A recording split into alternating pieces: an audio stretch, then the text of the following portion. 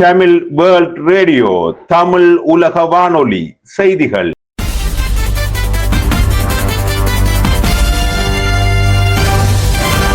தலைப்புச் செய்திகள். வணக்கம். தமிழுலக வானொலியின் மதிய நேர பிரதான செய்திகளோடு இணைந்து கொள்ளும் நான் லபிதா தர்மசீலன். செம்மணியில் நேற்றும் 8 எண்புக்கூடுகள் அடையாளம். வவுனியா புளியங்குளம் பகுதியில் இடம்பெற்ற வாகன விபத்தில் இளைஞர் ஒருவர் பலி. ஈரான் எவ்வித கட்டாயப்படுத்தலுக்கும் அடிபணியாது ஈரான் ஜனாதிபதி தெரிவிப்பு. இந்தியா இலங்கை அணிகளுக்கு இடையிலான டெஸ்ட் போட்டிகளுக்கு இலவச அனுமதி.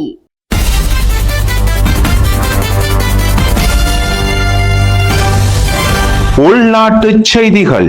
யாழ்ப்பாணம் செம்மணி சிந்துபாத்தி மனித புதைக்குழியில் இருந்து நேற்றைய தினம் 8 எண்புக்கூடுகள் புதிதாக அடையாளம் காணப்பட்டுள்ளதோடு ஏற்கனவே அடையாளம் காணப்பட்ட 7 எண்புக்கூடுகள் அகழ்ந்து எடுக்கப்பட்டுள்ளன.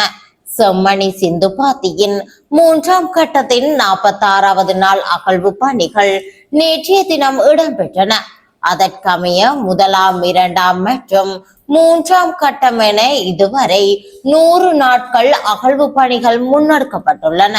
மொத்த அகழ்வு பணிகளில் 507 எண்புக்கூடுகள் அடையாளம் காணப்பட்டுள்ளதோடு அவற்றில் 501 எண்புக்கூடுகள் அகழ்ந்து எடுக்கப்பட்டுள்ளன. வவுனியா புளியங்குளம் பகுதியில் இடம்பெற்ற வாகன விபத்தில் இளைஞர் ஒருவர் உயிரிழந்துள்ளார். இந்த சம்பவம் நேற்று இடம்பெற்றுள்ளது. கூலர் வாகனம் ஒன்று டிப்பர் வாகனத்தின் பின் பகுதியில் மோதியதில் இந்த விபத்து நிகழ்ந்துள்ளது. இதன் போது கூலர் வாகனத்தில் பயணித்த இளைஞர் ஒருவர் சம்பவ இடத்திலேயே உயிரிழந்துள்ளார். விபத்து தொடர்பான மேலதிக விசாரணைகளை புளியங்குளம் போலீசார் மேற்கொண்டு வருகின்றனர்.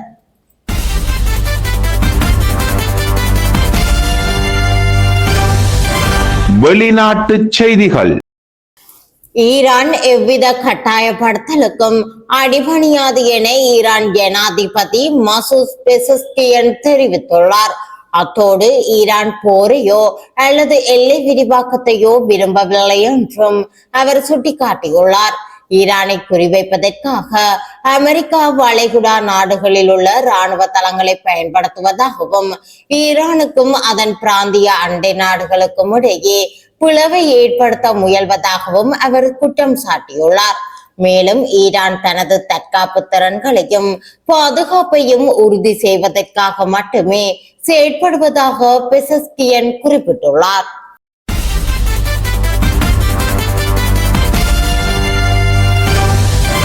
விளையாட்டு செய்திகள். இலங்கைக்கு சுற்றுப்பயணம் மேற்கொண்டுள்ள இந்திய அணிக்கும் இலங்கை அணிக்கும் இடையிலான டெஸ்ட் போட்டிகளை பார்வையிட ரசிகர்களுக்கு இலவச அனுமதி வழங்க இலங்கை கிரிக்கெட் சபை தீர்மானித்துள்ளது. இதன்படி தொடரின் 1வது டெஸ்ட் போட்டி எதிர்வரும் 15ஆம் திகதி முதல் 19ஆம் திகதி வரை காலி சர்வதேச கிரிக்கெட் மைதானத்தில் நடைபெற உள்ளது. 2வது டெஸ்ட் போட்டி எதிர்வரும் 23ஆம் திகதி முதல் 27ஆம் திகதி வரை கொழும்பு SSC கிரிக்கெட் மைதானத்தில் நடைபெற உள்ளது. இதற்கமைய ரசிகர்கள் 1வது போட்டிக்காக காலி சர்வதேச கிரிக்கெட் மைதானத்தின் 4ஆம் இலக்க வாயில் வழியையும் 2வது போட்டிக்காக SSC மைதானத்தின் 3ஆம் 4ஆம் 5ஆம் மற்றும் 7ஆம் இலக்க வாயில்கள் வழியையும் இலவசமாக மைதானத்திற்குள் நுழைய முடியும் என இலங்கை கிரிக்கெட் சபை தெரிவித்துள்ளது. தமிழுலக வானொலியின் மதிய நேர பிரதான செய்திகள் யாவும் நிறைவடைகின்றன.